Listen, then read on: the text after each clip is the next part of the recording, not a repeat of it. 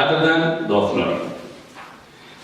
Türkmen nuskuvi edebiyatının parlak yıldızı Mahtumur Pırağı'nın doğru ünlü, Türkmen Kültür Ocağı'nın adından size Türkmen halkına ve onun medeniyetiyle kılıklayan ehli dosyalara tüysürükten kutlayar. Biz her taraftan ön, şu fırsattan peydalan, bugünler Mahtumur Pırağı'nın o neticede halkımızın şan şöhretini belirtmek uğruna dünyanın türlü yurtlarına ıhlaslı zahmet çeken doğrularımızın önüne baş edip, onlara içki minnettarlığımızı bildirip, dostluk doğruluk salamlarımızı ilerleyeceğiz. Dünya belli alimlerin ıhrar edişiyali, Mahtumur Pırağı ilkinci yerde Türkmen halkının milli şahiridir. Türkmenin tarihi hakkında yazılan en ulu eserlerin biri olan Profesör Doktor Faruk Sumer'in Oğuzlar Türkmenler adlı kitabına şeyle tetirler var.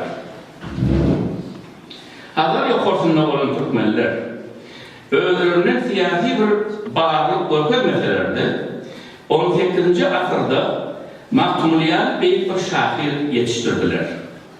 19. asırda Türkiye'deki son Türkmen tayfalarının da Dadaloğlu, İllioğlu ve Gündeşlioğlu yani tanılan şahirinin bulunduğunu biliyoruz.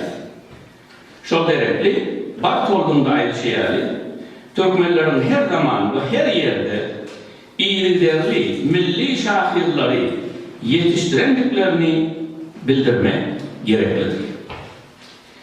Pırağı'nın döröcülük dünyası tema ve çeperçilik taydan ölen, giyin, bay ve hemmetraplayın olundur. Onun fayhafa yoğurulan yeni teori koşusundan 18. asır Türkmen durmuşu öz doğru beyanı tapıyar.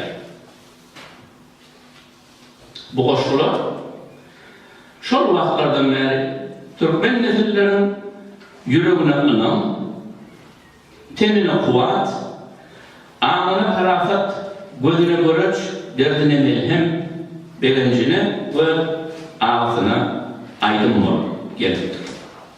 1863 yılda Orta Asya'ya seyahat eden Türkolog Arminius Landry, Türkmenlerin Mahtumula olan hormatını şeyle beyan ettir.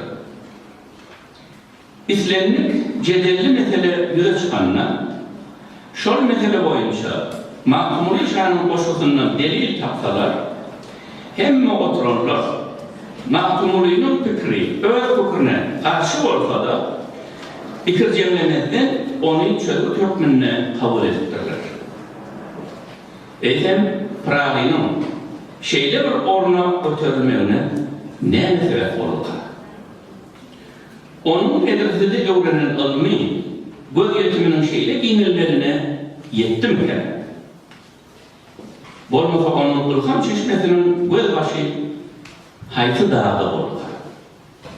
Bu soruların cevabı bilen aladalanma bize baklı durmuşa taraf ekiyen yaşlıyın yolları tapmakta ve şunun bilen yine de bir ağacık pırağılışmamıza yardım ederdi düşünüyoruz.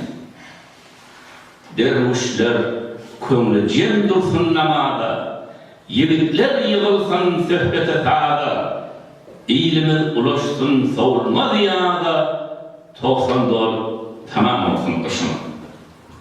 Size bir şansallık ve işlerimizde bir sürü arzu edeceğiz. Hormat bilen Türkmen Kültür Ocağı, Köln 20. May 2018.